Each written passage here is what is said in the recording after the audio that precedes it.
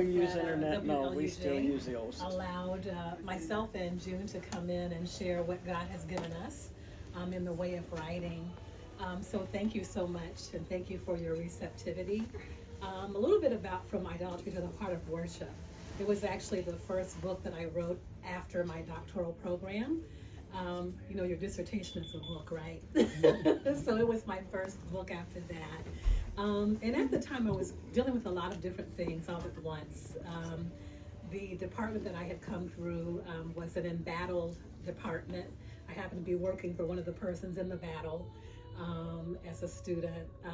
I was also processing 9/11 on a very personal level. And there had been a crisis at the church that I was going to.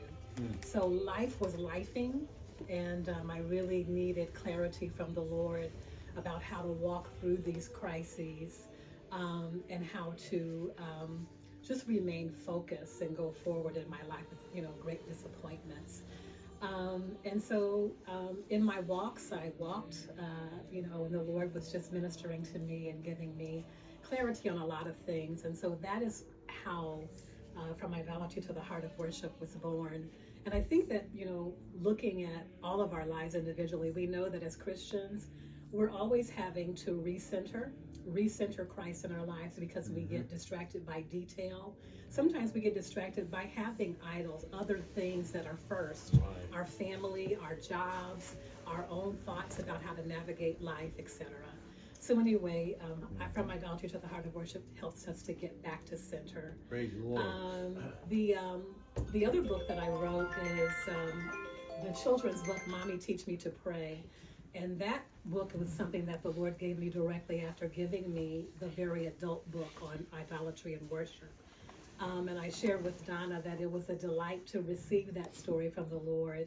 And he gave it to me in one fell swoop, and I wrote it, and it stayed in the closet for a long time, and then I finally had the money to get an illustrator and got it published.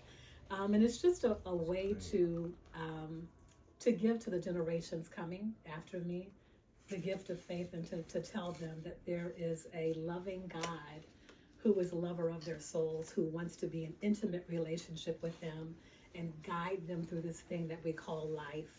And so that is the book, Mommy Teach Me to Pray. So I hope that you will find either of the books a resource for you personally or for your children or grandchildren. And just God bless you on your journey of this wonderful adventure that we're living called Life with Christ. So thank you so much. Yeah.